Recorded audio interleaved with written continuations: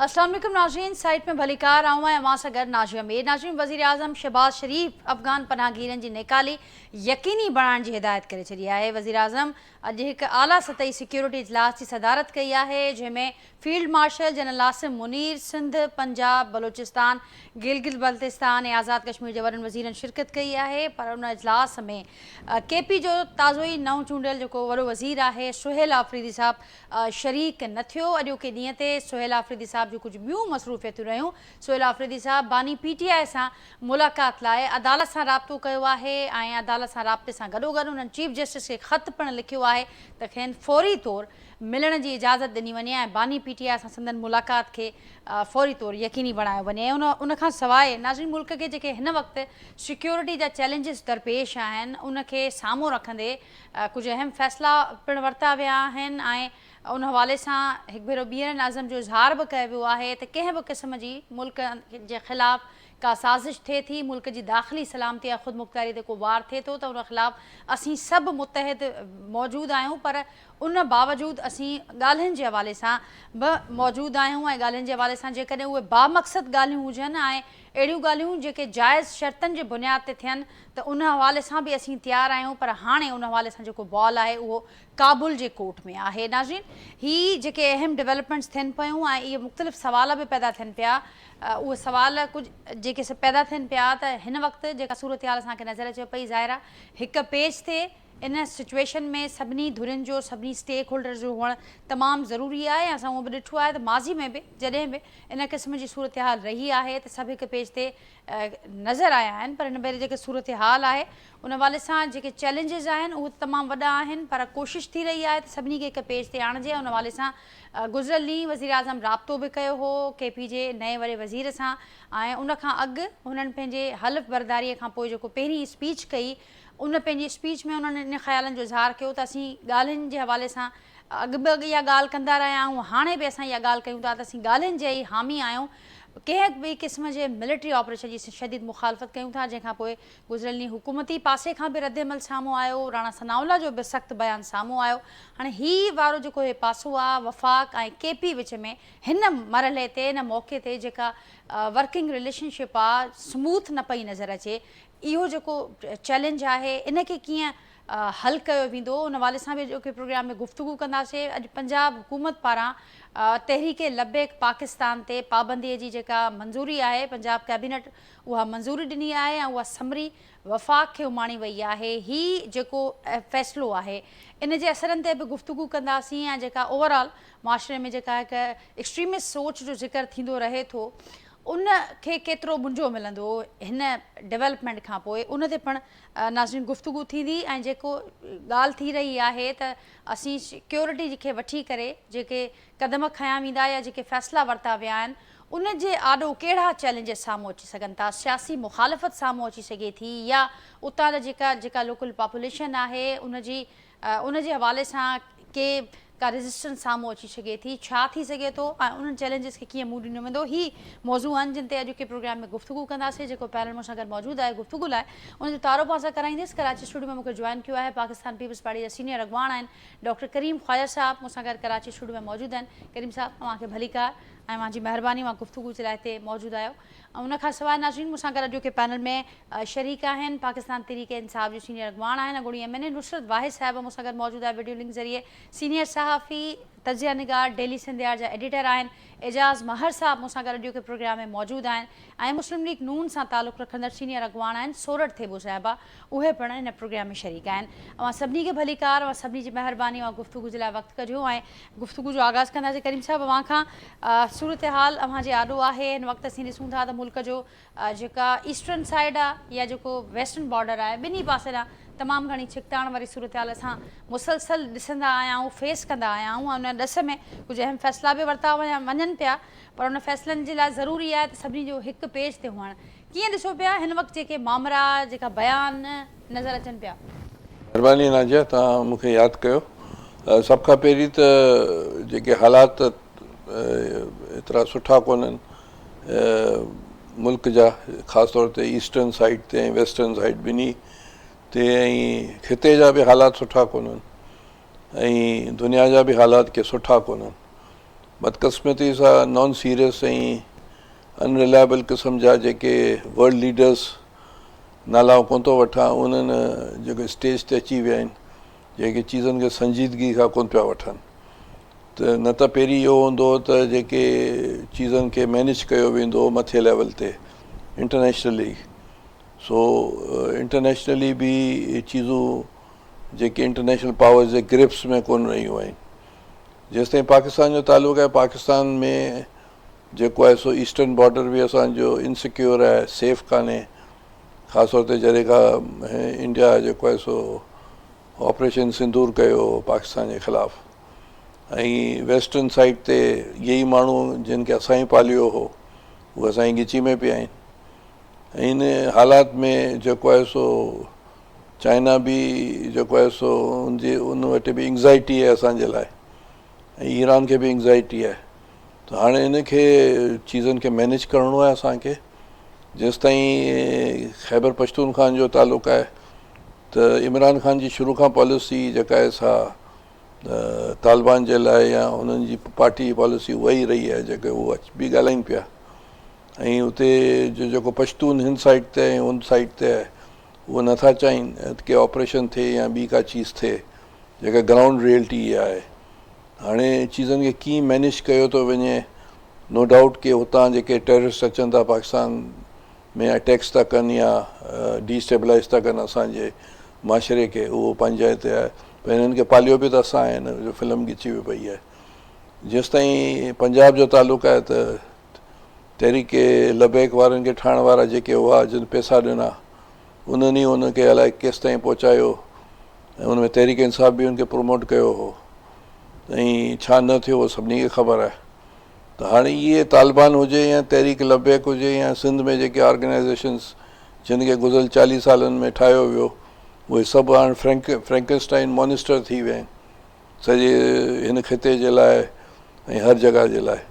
त हाणे मसइलो आहे त चीज़नि खे मैनेज करिणो आहे त ट्रूथ ऐं रिकंसिलेशन ठाहिनि, जेका बेनज़ीर चई वई हुई, जेके चार्टर ऑफ डेमोक्रेसी में हर को अची ॿुधाए त बाबा इहो असां ग़लतियूं कयूं आहिनि, इहो असां हीउ कयो आहे। ऐं ॿियो त पार्लियामेंट फ़ैसिला करे, पार्लियामेंट सॉवरेंट ऐं पाकिस्तान जो माण्हू सॉवरेंट थिए, उहो ई फ़ैसिला करे।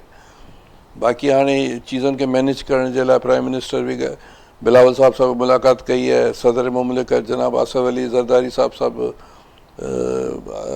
मुलाक़ातूं थियूं आहिनि सभिनी जूं।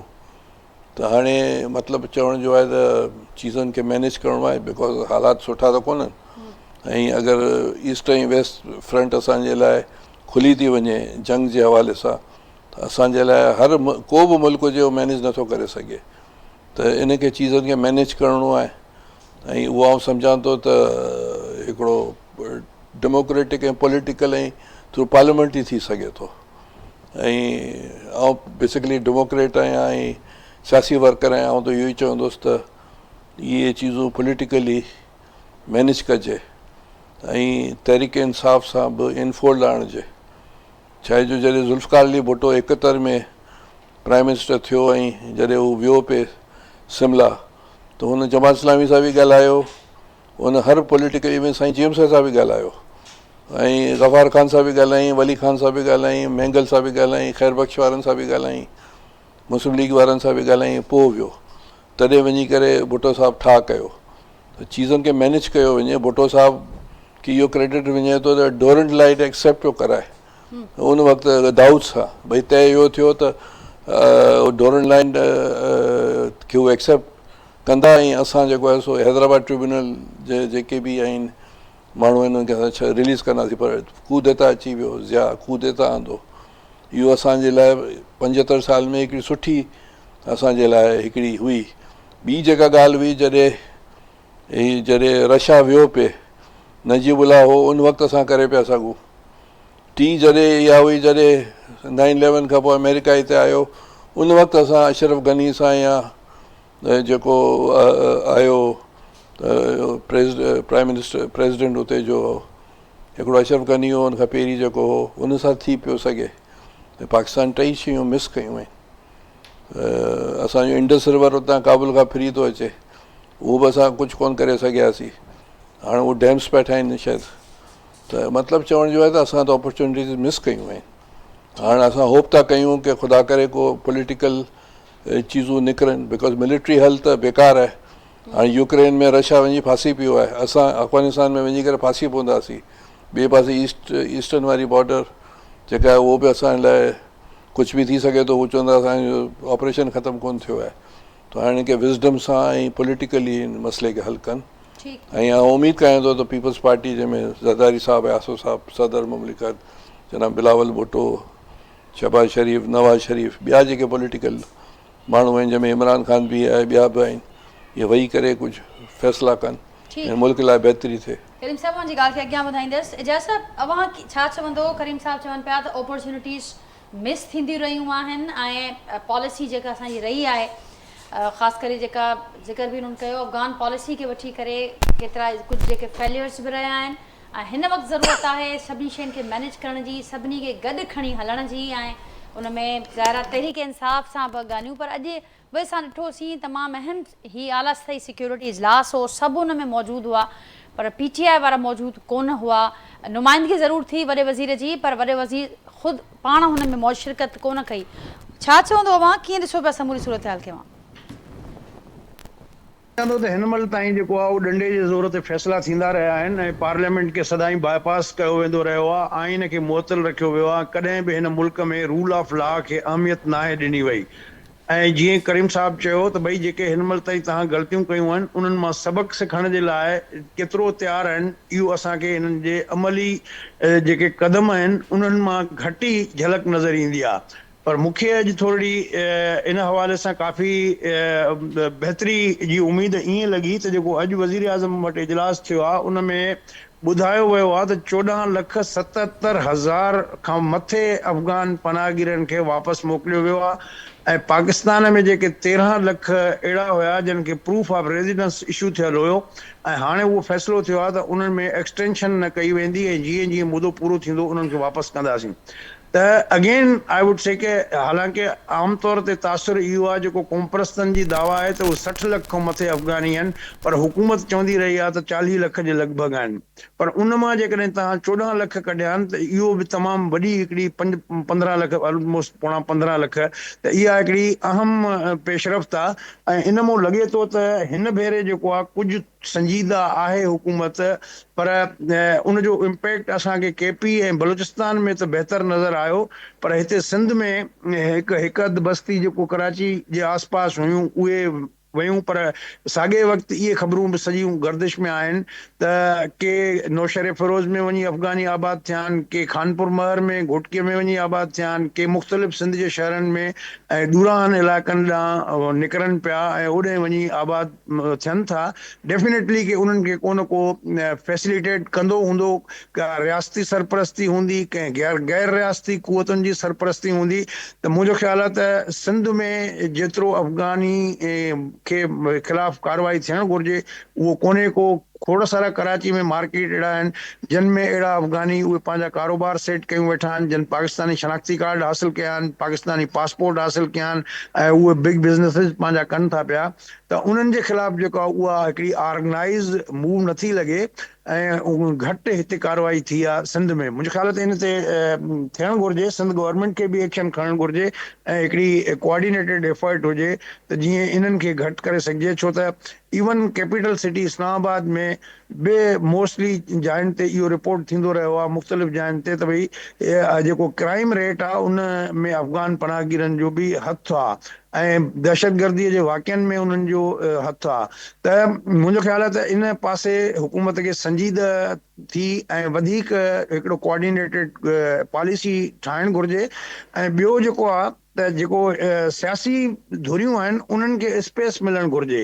हिन मुल्क जी बदकिस्मती इहा आहे त काउंसिल ऑफ कॉमन इंटरेस्ट जी बॉडी आइनी इदारो मौजूदु आहे, पर उनखे गैर फ़ाल करे ऐं SIFC जे नाले सां हिकिड़ो इदारो ठाहियो वियो आहे ऐं एपेक्स कमेटीज़ ठाहियूं वियूं आहिनि जेके अमली तौर ते मुल्क में हुकूमत उहे थियूं कनि।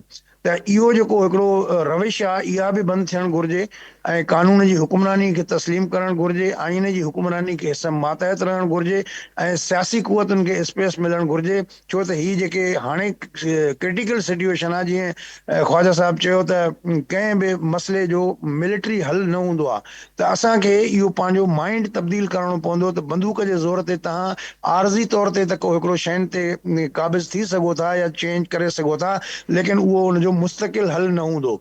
त पाकिस्तान खे इहा रविश जेको आहे डंडे जे ज़ोर ते मामला हल करण वारी ख़तमु करणी पवंदी। पाइदार हल जो बुनियादु हमेशह सियासी बुनियादनि ते थींदो ऐं सियासी कुवतूं कढंदियूं।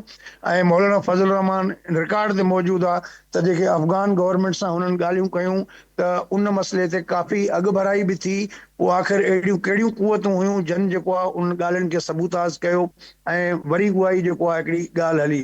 त इन में इहे हिकु ॿ मिसाल ॿिया बि मां ॾियणु चाहींदुसि त अली अमीन गंडापुर जी हिकिड़ी सोशल मीडिया ते वीडियो बि वायरल आहे जंहिंमें हू चवे थो त असां जंहिंखे अची गिरफ़्तार था कयूं दहशतगर्दनि खे, त हुन में अची स्टेट जूं एजेंसीज़ अची चवनि थियूं त हे असांजा सोर्स आहिनि, असांखे हिननि खां कमु वठिणो आहे। ऐं इहा पॉलिसी बि तर्क करणी पवंदी जेकॾहिं अहिड़े क़िस्म जी शइ आहे। ऐं अॻु में बनू में बि पुलिस वारनि बि मुज़ाहिरो कयो हो ऐं उन्हनि बि इहा ई ॻाल्हि कई त हीअ जेके आहिनि इहे वापसि वञनि, असां पाण ई दहशतगर्दनि खे मुंहुं ॾेई वेंदासीं। त इहे जेके असांजे ऑन ग्राउंड जेके तज़ाद आहिनि इन्हनि खे बि रीड करणो पवंदो, हक़ीक़तुनि खे तस्लीम करणो पवंदो। ऐं पोइ इहो जेको हिकिड़ो रही आहे पाकिस्तान में वॾे अरसे खां वठी त गुड तालिबान ऐं बैड तालिबान, त इहा शइ जेको आहे उहो ख़तमु करणी पवंदी। ऐं असांखे जेको आहे दहशतगर्द आहे उहो चाहे केर बि हुजे, त उहो अक्रॉस द बोर्ड जॾहिं तव्हां अहिड़े क़िस्म जी पॉलिसी ठाहे हथ विझंदव तॾहिं तव्हांखे नतीजा मिलंदा। ईअं बाक़ी नतीजा कोन मिलंदा।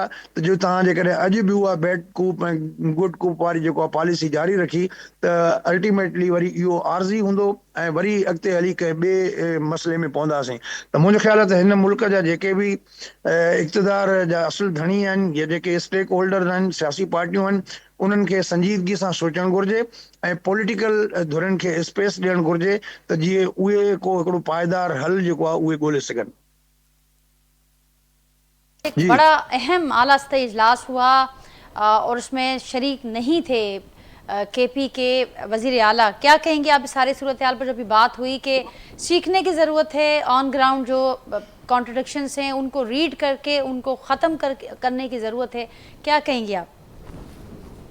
जी बिस्मिल्लाहिर्रहमानिर्रहीम, बहुत शुक्रिया नाजी अपने प्रोग्राम में इनवाइट करने का। देखिए इस वक्त जो सिचुएशन है पाकिस्तान की वो बहुत ही गंभीर हुई है। आपको पता है कि खान साहब ने बिल्कुल एन शुरू से इन ड्रोन हमलों की और किसी भी चीज़ की जो अपने मुल्क में हो रहा है उसके खिलाफ उन्होंने धरने दिए, उन्होंने उसको रोका और फिर जब वो हुकूमत में आए तो उन्होंने बातचीत के जरिए उसको ख़त्म किया। और उस 3-3.5 सालों में शायद ही कोई धमाके हुए, शायद ही कोई दहशतगर्द आए और उन्होंने कुछ और इस तरह की हरकतें की। लेकिन जो इम्पोर्टेंट चीज़ है उस ज़माने में ही 21 की बात है जब बाजवा ने कहा कि जो अच्छे तालिबान हैं उनको वापस ला के सेटल करना है, जिस पे न सिर्फ खान साहब ने बल्कि पूरी काबीना ने उनके कहा मुराद सईद समेत कि हम उनको वापस नहीं लाएंगे, क्योंकि हमें नहीं पता अच्छे तालिबान कौन है बुरे कौन है। अपेरेंटली तो सारे अच्छे होंगे उस वक्त, लेकिन बाद में क्या वो एक्शन या रिएक्शन करें तो उसका हम बिल्कुल राजी नहीं उस पर। इस तरह उनकी हुकूमत चली गई। लेकिन जब 2022 में हुकूमत गई है तो सितंबर में ये लोग उनको लेके आ गए और बसा दिया उन्होंने, जिसका नतीजा आज हम देख रहे हैं कि क्या हो रहा है। कि वो तो उनको तो आदत है इस चीज़ की, उनके लिए तो फर्क नहीं पड़ता कि किसको मारें या किसको नहीं मारें, वो तो आराम से लगे हुए हैं। लेकिन उसका जो वर्स नतीजा मिल रहा है वो ये हो रहा है कि जो हमारी तरफ से ड्रोन हमले हो रहे हैं या F-16 किसी ने कहा है उससे भी हो रहे हैं, तो खैर उसकी बात में मैं करती है, लेकिन ड्रोन हमले तो हो रहे हैं। उसमें जहाँ दहशतगर्द मर रहे हैं वहाँ बहुत सारे हमारे अपने लोग भी मर रहे हैं, बच्चे भी मर रहे हैं, शहीद हो रहे हैं, फौजी बहुत सारे शहीद हो रहे हैं। तो इस चीज़ को जिस तरह शुरू से खान साहब ने कहा था कि बातचीत के जरिए आप करें, आप इसको किसी भी और चीज़ में आगे नहीं आना चाहिए जब तक हम बातचीत ना करें। आप देखिए उन्होंने अमेरिका तक को कंपेल किया कि वो आए और आके बातचीत करे, और आखिरकार उनकी बातचीत शुरू हुई और फिर उसके बाद ये सारी चीजें खत्म हो गई और अमेरिका आखिर 20 साल के बाद छोड़ के चला गया सब कुछ। लेकिन वो इतना वेपन और इतना कीमती वेपन छोड़ के गया कि उसको चाहिए वो सब कुछ वापस, जिसके लिए वो बहुत ज्यादा इंस्टिगेट कर रहा है पाकिस्तान को भी कि आप उसके ऊपर हमले करें। और पहले तो खैर हमने जो 40 साल से रह रहे थे हमारे मुसलमान भाई, इमरान खान साहब तो इसके भी खिलाफ थे कि उनको वापस नहीं भेजना चाहिए। अगर भेजना भी है तो बहुत इज्जत और एहतराम से उनको वापस भेजा जाए, लेकिन जिस तरह यहाँ पे उनको जबरदस्ती भेजा गया है और बहुत बुरे हालात में, इसके वो खिलाफ थे हमेशा से। क्योंकि वो जो रिश्ता जो भाई का बना हुआ था यहाँ पे, जहाँ पे उन्होंने शादियां भी की, बच्चे भी हुए, सेटल भी हुए, कारोबार भी हुआ, सब कुछ, वो सब कुछ एक लम्हे में खत्म हो सकता है अगर नफरत दिल में आ जाए तो। उसका नतीजा ये हुआ कि 40 लाख एग्जैक्टली कि इतने अफगान चले गए अपने मुल्क में। जब वो अपने मुल्क में गए हैं और वहां जाहिर है उस तरह के हालात नहीं है कि जो पाकिस्तान में थे, क्यों जिस तरह आराम से रह रहे थे, खाना पीना मिल रहा था, सब चीजें ठीक थी, स्कूलिंग भी हो रही है, कारोबार भी हो रहा है और सारा कुछ, वो वहां पे उनको नहीं मिल रहा। जिससे क्या एक चीज उनके दिल में नफरत आनी शुरू हो गई पाकिस्तानी लोगों के खिलाफ, अहकाम के जो हाकिम है उसके खिलाफ, कि ये हमें क्यों इस तरह इन्होंने यहाँ से फेंका है उठा के। उसका नतीजा ये हो रहा है कि अब वो इंडिया से जाके अपने ताल्लुकात बना रहे हैं, जो कि इंतहाई खतरनाक है। इंडिया तो वैसे ही हर वक्त तैयार रहता है पाकिस्तान के खिलाफ कुछ ना कुछ करने के लिए। कि 2008 की बात है शायद, जब इनके 13 कॉन्सुलेट थे अफगानिस्तान में। वो क्यों थे कॉन्सुलेट? वहां पे दहशत गर्दों को ट्रेनिंग हो रही थी और उससे वो आते थे बलूचिस्तान में और केपी में आके, और वहां पे वो जो भी दहशत गर्दी करते थे उसका सारा फिर हमने पकड़े भी, जाहिर है उनके दहशतगर्द बहुत सारे बलूचिस्तान से भी। ठीक, तो नुसरत साहबा, इन सारे हालात जिनका आप जिक्र कर रही हैं कि पीटीआई को भी हालात की संगीनी का इल्म है और वो देख रहे हैं इस सारी सिचुएशन को, लेकिन अभी जो बातें चल रही हैं कि बड़ी सेंसिटिव सूरत हाल है और उसमें ये कोशिश की जा रही है। कल वज़ीर आज़म साहब की जानिब से एक राब्ता भी हुआ केपी के नए वज़ीर आला के साथ, और उस राब्ते में ये यकीन दहानी भी करवाई गई कि हम साथ हैं मुश्तरका कौमी मफाद के हवाले से। लेकिन आज हमने देखा है कि बड़ा अहम इजलास था सिक्योरिटी का और उसमें वो शरीक नहीं हुए। क्या कहेंगे आप? जो इम्पोर्टेंट चीज थी वो कल भी जब फोन आया है और उन्होंने उनको मुबारकबाद दी है, उसके बाद चीफ मिनिस्टर ने कहा कि मैं पहले अपने लीडर से मिलना चाहता हूँ, उसके बाद अपनी जो भी ड्यूटीज हैं वो रिज्यूम करूंगा, क्योंकि मैं उसके ख्यालात सुनना चाहता हूँ, मालूम करना चाहता हूँ कि वो क्या चाहते हैं क्या नहीं चाहते। तो उस पर वज़ीर आज़म ने कहा मैं पूछ के बताता हूँ। अब पूछ के बताने के लिए उन्होंने पूरी ऑलमोस्ट बहुत रात तक इंतजार किया, उनके फोन का फोन नहीं आया और वो चले गए वापस। आज जब कॉन्फ्रेंस हुई है तो सिचुएशन तो वहीं की वहीं है। उनको पहले खान साहब से मिलने दे दिया जाए, वो क्या कहते हैं क्या नहीं कहते, वो जब मिल के आ जाएंगे तो फिर उसके बाद वो कोई मीटिंग है कोई चीज है उसमें बिल्कुल खुशी खुशी जाएंगे और बात करेंगे। सिचुएशन वाकई बहुत डेस्परेट है पाकिस्तान की, तमाम हर जगह हर लम्हे किसी ना किसी खतरे का हम सामना कर रहे हैं, चाहे वो केपी है, चाहे बलूचिस्तान है, चाहे इवन लाहौर। अब देख लें मुरीद के भी क्या नहीं हुआ, कि इस किस्म के हालात हो रहे हैं कि कुछ पता ही नहीं चल रहा कि पाकिस्तान किस तरफ जा रहा है और क्या चाह रहे हैं यहाँ के हुक्मरान। क्योंकि देखिए बात सिर्फ इतनी सी नहीं है कि वो मादनियात दे देंगे या वो गैस दे देंगे या वो कुछ और दे देंगे, तो बात ये नहीं है। बात ये है कि हम अपने इलाके में अपने जो भी हमारी मुल्क का हिस्सा है उसमें अमन और पीस कैसे लेके आए, और उसके लिए जाहिर है हुक्मरानों को और स्पेशली जो हमारे आर्मी के चीफ हैं, फील्ड मार्शल साहब हैं और बाकी लोग हैं, उन सबको इस बारे में बहुत ज्यादा सोचना होगा और देखना होगा कि हम कैसे पीस लेके आए इस मुल्क में। क्योंकि हम जिस तरह धकेल रहे हैं पाकिस्तान के पीछे की तरफ, इस तरह आज से कम से कम 3-4 साल पहले हमने कभी सोचा नहीं था। ठीक मुझे साहब, आपकी बात को आगे बढ़ाऊंगी। सोरठ थेबू साहब भी हमारे साथ हैं। सोरठ साहब मुझे आवाज मां पहुंचे पियो? जी जी बिल्कुल। सोरठ साहब सभिनी जो मौके पर ज़रूर ॿुधो हूंदो ऐं जेका ॻाल्हि नुसरत साहिबा कनि पियूं त असांखे बि अहसासु आहे, पर असीं ॾिसूं पिया त हाणे कॾहिं हुकूमत जेके असां जीअं उन्हनि ॻाल्हि कई त पहिरियां जेके असांजी जेके मामरा आहिनि उन्हनि खे सिधो कयो वञे ऐं उनखां पोइ एक्सपेक्ट कयो वञे त पोइ असां बि अॻियां थोरो कदम वधायूं। कीअं छा चवंदो ऐं समूरी जेका सूरत हाल आहे हिन वक़्तु, जीअं एजाज साहिबु ज़िक्र कयो त खोड़ सारे जेके असांजा लूप होल्स आहिनि उन्हनि खे पिणु असांखे ॾिसण जी ज़रूरत आहे ऐं सभिनी खे गॾु खणी हलण जी बि ज़रूरत आहे। महिरबानी नाजा, तव्हां मूंखे मौक़ो ॾिनो। ॾिसो, ही जेको तव्हां मौज़ू खयो आहे इहो को आम कोन्हे को, तमामु सीरियस आहे, ख़ासि तौर ते असांजे मुल्क जे हवाले सां। हा, ॾिसो हाणे उन्हनि माण्हुनि खे जंहिंखे 40 साल असां हिन मुल्क में पनाह ॾिनी, ऐं हुन पनाह जे इब्ज़े में हिन मुल्क जेको भोॻियो, जेका दहशतगर्दी जे रूप में, जेका मंशियात जे रूप में, जेका हथियार नाजाइज़ हथियारनि जे रूप में भोॻियो, उहो त तमामु घणो तकलीफ़ दह आहे। पर हिन वक़्तु जॾहिं हुकूमतूं ठहियूं, वेठो वधो त हिननि पंहिंजा कारोबार कया आहिनि, शादियूं कयूं आहिनि, इहा सिंध हुकूमत जो बि इहो ई साॻियो जेको मौक़ुफ़ आहे। ऐं कॾहिं कॾहिं फुरनि प्यारनि जे बहाने सां जेको आहे सो नथा चाहिनि त जेको आहे सो अफ़गानी वञनि, या उन्हनि खे डिले कराइण था चाहिनि त को शायदि को ॿियो फ़ैसिलो अची वञे। पर ॾिसो, अहिड़ियुनि हालतुनि में जॾहिं जिन माण्हुनि खे असां 40 साल हिन मुल्क में पनाह ॾिनी, 40 साल असां बार खयो, उहे असांजे हिन मुल्क जे लाइ त तमामु घणो रिस्क रहिया, पर पोइ उहे उन्हनि सां मिली करे हिन मुल्क जे लाइ तमामु घणो ख़तरनाक थी विया। उहे हिते मुल्क में अची दहशतगर्दी कनि ऐं मुल्क में अची अहिड़े क़िस्म जूं हालतूं पैदा कनि जो मुल्क ख़राबु हो।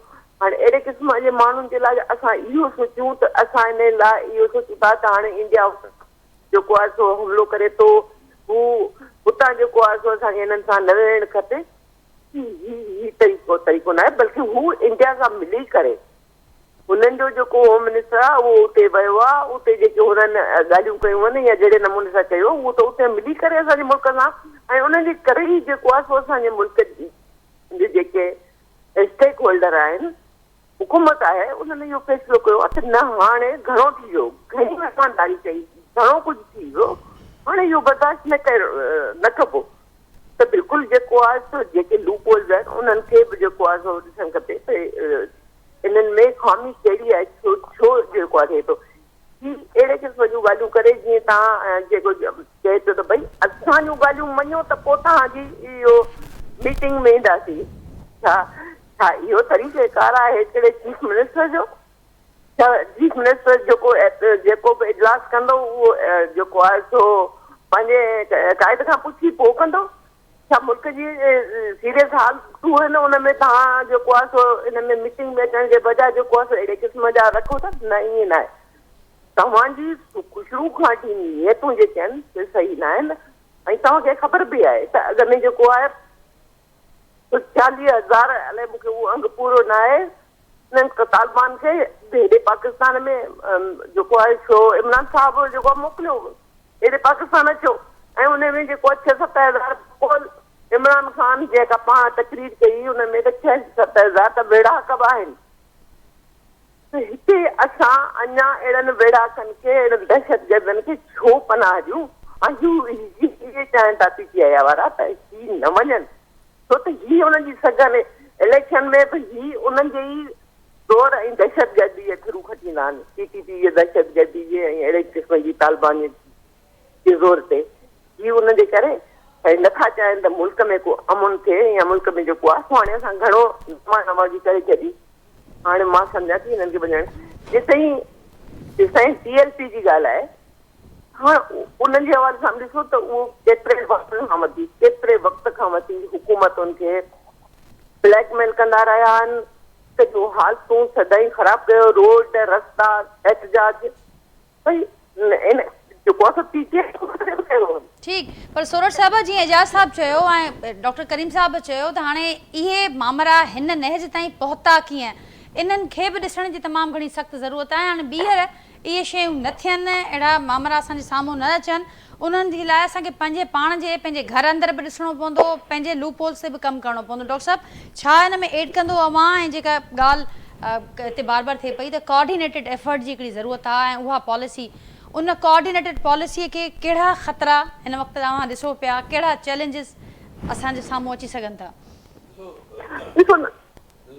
मसइलो इहो आहे त जॾहिं अफ़गान वॉर स्टार्ट थिए त असां हिते सॼे 77 ऑनवर्ड पीपल्स पार्टी हर सूबे में हुई, ऐं पीपल्स पार्टी खे पलान वठण जे लाइ जनरल ज़िया जेको सो डेलिबरेटली हिते जेके मेयर हुआ जमात इस्लामी जा अब्दुल सत्तार अखवानी खे 2 दफ़ा टेन्योर ॾिनो ऐं उन हिते अखवानीस खे सेटल कयो ऐं पोइ जेका बि स्टोरी थी हाणे इहे जेके अखवानी आहिनि मिसाल तौर ते सिंध में त हुननि सेटलमेंट्स कयूं ऐं कारोबार कया या जेको कुझु कयो पर हींअर हालति इहा आहे त इस्लामाबाद ऐं लाहौर ऐं पिंडी में टोटल उन्हनि जो ठीकु ठाक फाइनेंशियल हब ऐं कारोबार पिया कनि ऐं प्रॉपर्टीज़ पिया वठनि ऐं ठीकु ठाक असां हुते ॾिठो बि आहे इलेक्शन्स में बि इहे जेको आहे सो हिननि जा ई माण्हू जेके मुख़्तलिफ़ नालनि सां ठीकु ठाक वोट था खणनि त हाणे इहो हिकिड़ो अहिड़ो फिनॉमिना आहे जेको असांजी ॻिची में पइजी वियो आहे बलूचिस्तान हुजे ख़ैबर पख्तूनख्वा जो जेको लोकल जेके पॉपुलेशन आहे उहो बि हिननि जे ख़िलाफ़ु आहे हाणे कोऑर्डिनेटेड एफर्ट्स जेके आहिनि उहो बिल्कुलु असांखे सभिनी खे मिली जुली के वठिणो पवंदो ज़ुल्फ़िकार अली भुट्टो जॾहिं प्राइम मिनिस्टर थियो त उन वक़्तु हिकिड़ो वॾो मसइलो हो त याया ख़ान जेको आहे सो अवामी नेशनल पार्टी खे हिते पाबंदी आई उहो इन करे जो जेको हुते ऑपरेशन थियो बंगाल में त हुननि मुखालिफ़त कई त याया ख़ान जेको आहे सो हिन पार्टी ते पाबंदी आई भुट्टो साहिबु जॾहिं प्राइम मिनिस्टर थियो पहिरीं कमु इहो कयो त वली ख़ान जी पार्टी खे जेको आहे सो बहाल कयो उनखे कॉन्स्टिट्यूशन ठाहिणो असेंबली हलाइणी हुई त हाणे मसइलो इहो आहे त जेके धुरूं आहिनि उन्हनि खे इहे ॻाल्हियूं मतिलबु आहे त हिकिड़ी हक़ीक़त आहे इमरान ख़ान जी पार्टी हिकिड़ी हक़ीक़त आहे पॉलिटिकल पावर आहे असीं डिसएग्री कयूं ऐं उनखे पसंदि नथो कयां न मुतमिन आऊं कोन आहे ॾिसो हुननि खे फ्लेक्सिबल थियणो पवंदो न भई हाणे इहो पार्लियामेंट खे फ़ैसिलो करिणो आहे त विहारे ऐं उन्हनि सां मसइला तइ करे ऐं हुननि खे बि फ्लेक्सिबल थियणो पवंदो ऐं ईअं कान्हे जो हू चवंदा त बाबा हीअ हिते रहंदा हीअ कंदा उहो टेररिज़म पिया कनि ऐं कल्ह त मूं हिकिड़ी सोशल मीडिया ते उहो चवंदा त बाबा हिते तव्हां पंहिंजा सुसाइड बॉम्बर्स मोकिलियो पाकिस्तान में ई जेको आहे सो तबाही कयो त हाणे इहे चीज़ूं एक्सेप्टेबल कोन्हनि मतिलबु हू जेके तालिबान पिया चवनि या हुते अफ़गानिस्तान जा जेके उहो माण्हू पिया चवनि त इहे चीज़ूं एक्सेप्टेबल कोन्हनि पर बाक़ी इहो आहे त तव्हांखे कंसेशन ठाहिणी पवंदी न हींअर ईस्टर्न बॉर्डर तव्हांजो इनसिक्योर आहे वेस्टर्न इनसिक्योर आहे हालात खिते जा असांजी फेवर में कोन्हनि भली कुझु बि चवनि हालात खिते में असांजी फेवर में कोन्हनि पाकिस्तान जी चीज़नि खे ठाहिणो आहे न ठाहिण जे लाइ त गिव एंड टेक करणी पवंदी पर गिव एंड टेक जी माना इहो न की असां पंहिंजा प्रिंसिपल छॾे ॾियूं मतिलबु सिंध त कॾहिं बि कोन चाहींदो त हिननि जी ॻाल्हियुनि रखी करे असां अख़वानीनि खे न कढूं हितां बिल्कुलु सिंध मां निकिरणु खपनि ऐं जेको सिंध सां वेदन आहे न रुगो ही पर ॿिया बि जेके इमिग्रेंट्स आहिनि उहे बि निकिरणु खपनि हिते त हाणे इन माना इहा त कान्हे त सिंध ॿकरो थिए ऐं बाबा हर जॻह निकिरणु पर ॿियूं चीज़ूं आहिनि ठीकु आहे उन्हनि खे उन सां ॻाल्हाइणु खपे ऐं चीज़नि खे अॻियां वधाइणो आहे जीअं ज़ुल्फ़िकार अली भुट्टे कयो हो तीअं हिननि खे ॻाल्हाइणु खपंदो ऐं हुननि खे बि फ्लैक्सिबल थियणो पवंदो न त वली ख़ान वारा बि त उनजा बि हिकिड़ा पंहिंजा पॉइंट ऑफ व्यू हुआ उन वक़्तु कंहिं बि ज़ाहिर कोऑर्डिनेटेड एफर्ट्स जी ज़रूरत आहे पर हिननि सभुनी शयुनि खां अॻु असांखे पंहिंजे घर खे ऑर्डर में आणणो आहे एजाज़ साहब ॻाल्हि कनि पिया करीम साहब त फ्लैक्सिबिलिटी वक़्त जी ज़रूरत आहे ऐं ॿिन्ही धुरनि खे रखणी पवंदी ऐं गॾोगॾु इहो त गिव एंड टेक करणी पवंदी उनजो वक़्तु आहे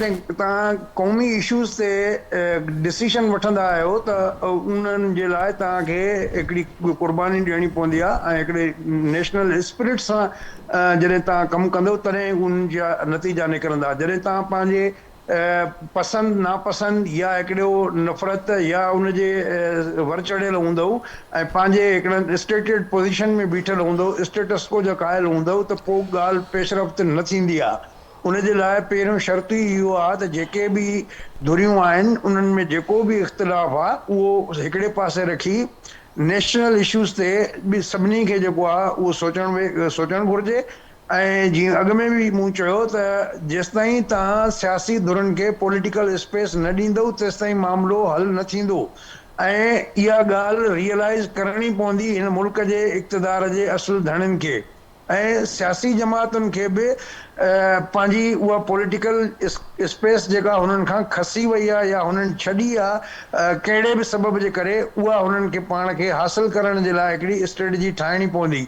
ऐं बिल्कुलु इमरान ख़ान जेको आहे उहो हिन मुल्क जी हिकिड़ी रियलिटी आहे ऐं हिकिड़ी सियासी पार्टी आहे, हिकिड़ो उनजो बाक़ाइदा हिकिड़ो वोट बैंक मौजूदु आहे। त उनखे तव्हां ईअं हिकिड़ो नापसंदीदा शख़्स या नापसंदीदा पार्टी करे हलाईंदव त उनजा अल्टीमेटली नतीजा जेको आहे उहे ठीकु न निकिरंदा। त मुंहिंजो चवण जो मक़सदु त जेको आहे जेके बि स्टेक होल्डर आहिनि उन्हनि सभिनी खे हिकिड़े नेशनल काज़ जे ख़ातिर पंहिंजी स्टेटेड पोज़ीशन छॾणियूं पवंदियूं ऐं हिकिड़ी नेशनल कंसेंसस डेवलप करणो पवंदो। जीअं त अॻ में नेशनल एक्शन प्लान जोड़ियो हुयो त पाकिस्तान में दहशतगर्दी ख़तमु करण जे लाइ, त उहो जेको 12 नुकाती हुयो 14 नुकाती, त अहिड़े ई तरीक़े जे हिकिड़े डॉक्यूमेंट जी तव्हांखे ज़रूरत आहे, कंसेंसस जी ज़रूरत आहे। उन में PTI खे बि पंहिंजो रोल प्ले करणु खपे ऐं ख़ुदि एस्टेब्लिशमेंट खे बि जेको आहे पंहिंजी लचक ॾेखारणी पवंदी, तॾहिं वञी शयूं हिकिड़े समिट में वञी सघनि थियूं। अदरवाइज़ जेको आहे जेकॾहिं हर को इहो चाहींदो त मां पंहिंजी उन ते वेठो वञा ऐं मुंहिंजे अथॉरिटी खे को चैलेंज न करे, त पोइ मामला त मूंखे नथो लॻे त को अॻिते हली सघंदा। ऐं इन जो तव्हांखे गुज़िरियल दफ़े जेको ही गवर्नमेंट रिफॉर्म्स पई करे, त उन महिल जॾहिं IMF हिननि खे चयो त तव्हां जेके ओवरलैपिंग इंस्टीट्यूशन्स आहिनि उन्हनि खे कंहिंखे मर्ज कयो, कंहिंखे ख़तमु कयो, त उन वक़्तु जॾहिं इहा प्लैनिंग हले पई त उहो कैसर बंगाली साहिबु उन कमेटी मां ई निकिरी आयो एहतजाज करे त जंहिं मिनिस्ट्री ऐं वज़ारत जे कंहिं इदारे खे चऊं था त हिननि खे गॾु कयो, ख़र्चु घटायो, त उहो था चवनि था असां स्ट्रेटेजिक असेट्स आहियूं, असां स्ट्रेटेजिक। त इहो जेको चोलो पाराए तव्हां इहे शयुनि खे कंदव, जेकॾहिं इहा सोच रही त मूंखे नथो लॻे त का अॻिते पेशरफ़्त थी सघंदी अनटिल एंड अनलेस के वाज़े पॉलिसी सां जेको आहे तव्हां हिकिड़ा डिसीजन वठो ऐं लॉन्ग टर्म हुननि जा इम्पैक्ट अचनि ऐं लॉन्ग टर्म हिकिड़ी पॉलिसी ऐं प्लानिंग हुजे। ऐं पाकिस्तान जी इहा बदकिस्मती रही आहे त हिकिड़ो डिक्टेटर ईंदो आहे, उहो चवंदो आहे जिहाद कयो, इहा असांजी नेशनल इंट्रस्ट आहे। वरी ॿियो डिक्टेटर ईंदो आहे 20 सालनि खां पोइ, उहो चवंदो आहे न इहे दहशतगर्द आहिनि, इन्हनि जे ख़िलाफ़ ख़तमु कयो, इन्हनि खे मारियो।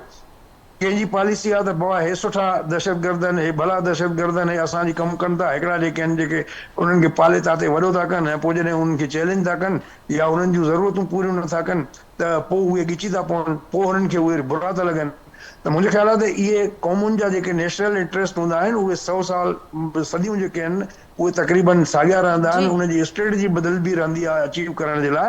त पाकिस्तान खे बि उन पासे सोचणो पवंदो ऐं जेको ही ठुड़क ठगी वारो कमु आहे, हर 10 साल 15 साल तव्हांजो नेशनल इंट्रस्ट चेंज थो थिए, इहे वारी पॉलिसी तर्क करणी पवंदी। जेसिताईं हिनखे उन अप्रोच सां न ॾिसंदो तेसिताईं मूंखे त का बहितरी जी अॻिते उमेद अहिड़ी घणी नथी नज़र अचे। आर्ज़ी तौर ते हुनजो खणी को हल तव्हांखे मिली बि वञे पर उहो मुस्तक़िल ऐं पायदार हल मुस्तकिल न ऐं हूंदो। पायदार न हूंदो। आर्ज़ीअ खां मुस्तकिल ऐं पायदार पासे ॾे वञणो पवंदो। नुसरत साहिबा, आपकी तरफ आऊँगी, क्या कहेंगी आप? जैसे कि बात हुई फ्लेक्सिबिलिटी की, क्या कहेंगी आप इस सारी गुफ्तगू में? देखिए, फ्लेक्सिबिलिटी तो वहाँ होगी ना जहाँ उनकी पहली बात मान ली जाए। उनको मिला दें एक दफा खान साहब से, क्या चला जाएगा? बाकी लोग भी जाके मिलते हैं ना, एक दफा मिल लें। वो जाहिर है वहाँ पे सारे कैमरे लगे हुए हैं, बग्स हुआ हुआ है, कुछ कोई ऐसी बात अगर हुई तो इनको पता चल जाएगा गलत बात कर रहे हैं खान साहब। हालांकि गलत बात नहीं करते वो, लेकिन बहरहाल फिर भी एक दफा चीफ मिनिस्टर को मिल लेने में, उसके बाद फिर आप देखें क्या होता है। ऐसा नहीं होगा कि मुखालफत बराए मुखालफत ही होती है। जहाँ पे हमें बिल्कुल नजर आएगा कि कोई चीज ठीक हो रही है हमारे सूबे के लिए, अपने सूबे के लिए, अपने पाकिस्तान के लिए, तो वहाँ पे वो डेफिनेटली झुकेंगे और अपनी चीज को आगे लेके चलने की कोशिश करेंगे। जो भी सजेशन वहां से आ रही होगी या जो भी इकदाम किया जा रहा होगा, तो एक चीज है उनकी, उनको मिल लेने का खान साहब से, दैट्स ऑल। ठीक, नुसरत साहिबा, सरोज साहिबा अवां वटि ईंदसि, फाइनल कमेंट मां जो वठंदसि, छा चवंदो अवां? मैं तो ॾिसो ही जेको चवनि था त नेशनल इंट्रस्ट जे हवाले सां ॻाल्हियूं कनि, सियासी पार्टियूं ॻाल्हियूं करणु खपे ऐं बिल्कुलु थियणु खपनि। पर तव्हां मूंखे हिकिड़ी ॻाल्हि ॿुधायो, अॼोकी मीटिंग जेका आहे उहा छा में उहा नेशनल इंट्रस्ट न हुई छा? पर हिननि खे कॾहिं बि तव्हां हिननि जे लीडर सां तव्हां जॾहिं केरु चवंदो त बाबा अचो त ॻाल्हियूं कयूं, त हू ॻाल्हाइण लाइ तयारु आहे ई कोन। हू सियासी तौर ते कॾहिं बि कंहिं मैच्योरिटी ॾेखारी कान्हे का, त पोइ ॻाल्हाइजे कंहिंसां ॻाल्हाइजे? जॾहिं शहबाज शरीफ़ साहब त हुनजे चीफ मिनिस्टर खे मुबारकूं बि ॾिनियूं, हुन सां फोन ते बि ॻाल्हायो हाणे ही चवनि था असांजे लीडर खे कढंदो, उहो असांजो कमु न आहे, उहो कोर्ट जो कमु आहे। लीडर खे कढंदो त पोइ त जेको आहे सही ठीक पर सूरज साहब गॾोगॾु जीअं अवां ॻाल्हि कई त जेको ही रवैयो फ्लेक्सिबल न हो ऐं उनखे ज़ाहिर आहे हिन वक़्तु नेशनल कॉज़ खे प्रायोरिटी ॾियण जी ज़रूरत आहे, पर गॾोगॾु गुज़िरियल ॾींहुं राणा सनाउल्ला जो बयान बि ज़रूरु गुज़रियो हूंदो अवां जे नज़रुनि खां, जंहिंमें हू इहा ॻाल्हि कनि था त कहिड़ी ज़रूरत आहे KP जे वॾे वज़ीर खे जो हू मिलिट्री ऑपरेशन जी मुखालफ़त करे। हिन क़िस्म जा जेके बयान साम्हूं अचनि था अवां न पिया सम्झो त ही को वजह जो को इतफ़ाक़े राय पैदा थिए हिते अञा वधीक वेछा वधंदे नज़र पिया अचनि। न त ॻाल्हि ॿुधो, हिकु ॻाल्हि ॿुधो, हिकु तरफ़ जॾहिं हिकिड़े मुल्क सां जंग हली रही आहे, हिकु जंग हली रही आहे त उहो जेको चीफ मिनिस्टर जेको अञा थियो बि कोन्हे, बल्कि जेको बि तॾहिं हुन चयो त असां जेको आहे सो इहा हिते जंग करणु न ॾींदासीं, असां हिनखे मिलिट्री खे हेॾे अचणु न ॾींदासीं, असां इहो ऑपरेशन करणु न ॾींदासीं। पोइ मूंखे इहो ॿुधायो त इहो हुननि खे जेको सुहे थो त हिकिड़ो पंहिंजे मुल्क जी दुश्मन सां भेड़ हले पई थी, जंग हले पई थी, बजाए तव्हां असांजो साथ ॾियण जे, तव्हां मुल्क जो साथ ॾियण जे, तव्हां स्टेट जो साथ ॾियण जे, पंहिंजी फौजियुनि जो साथ ॾियण जे, तव्हां अहिड़े क़िस्म जा जेको आहे सो तकरीरूं कयो त पोइ तव्हांखे कहिड़ो जवाबु मिलंदो? बिल्कुलु दुरुस्त पे फरमायो सूरज साहिब, पर उहो जेको एहतियाजी ऐं लिहाज़ जी मां ॻाल्हि कयो पिया उनजी डिमांड थिए पई त उहो ॿिन्ही पासनि खां नज़र अचे तॾहिं ई के मामला के स्मूथ वर्किंग रिलेशनशिप ॾांहुं वधी सघनि था। करीम साहब आख़िर में कुझु चवंदो आहे? मां उहो ई ॻाल्हि जी हाणे ज़ुल्फ़िकार अली भुट्टो जी किताब है इफ आई एम एसिनेटेड, जेका हुन काल कोठरी मां लिखी हुई, उन में हुन बिस्मार्क जो हिकिड़ो वाक़ियो लिखियो आहे। बिस्मार्क जेको जर्मनी जो तमामु वॾो क्रेस्मेटिक लीडर हो 18वीं सदी जो, जे यूनाइट कयो जर्मनी खे। मरण खां पहिरीं हुन सभिनी खे घुरायो, हुन चयो त बाबा हाणे जर्मनी यूनाइट थी वई आहे, हाणे छा कजे? पोइ हुन पाण चयो, ॿ टे ॻाल्हियूं आहिनि, या त असीं वञी फतवात कयूं जेको पॉसिबल कोन्हे हिन वक़्तु, ॿियो इहो आहे त चीज़नि खे घटायूं, उहो बि नज़र कोन थो अचे, घटाईंदासीं त असांजी हुकूमत वेंदी हली, टियों इहो आहे त इकनॉमिकल बर्डन में ई इहे चीज़ूं तबाह थी वञनि। हाणे हिकिड़ो त इकनॉमिकल बर्डन असां ते एतिरो थी वियो आहे पाकिस्तान जी रियासत ते, ॿियो त फतवात बि असीं नथा करे सघूं, मसइलो असांखे विच में ॻाल्हि ॿोलियुनि जे ज़रिए कढणो पवंदो, हठधर्मी कईसीं त मुल्क विञाईंदासीं। हठधर्मी कई थी त मुल्क वञाईंदासीं। करीम साहब तमामु अहम पॉइंट ऐं चवंदा आहिनि त तव्हां जेका अहम ॻाल्हि कई त सभिनी खे सोचणो पवंदो ऐं लिहाज़ करिणो पवंदो। तव्हांजी वॾी महिरबानी, गुफ़्तगू में अवां शरीक थिया। एजाज़ महार साहब, नुसरत वाहिद साहिबा ऐं सूरत थेबू साहिब, अवांजी वॾी महिरबानी। नाज़रीन गुफ़्तगू मां ॿुधी पंहिंजे फीडबैक खां असांखे आगाह कजो। वरी सुभाणे मां सां मुलाक़ात थींदी, तेसिताईं ॾींदा इजाज़त। अल्लाह हाफ़िज़।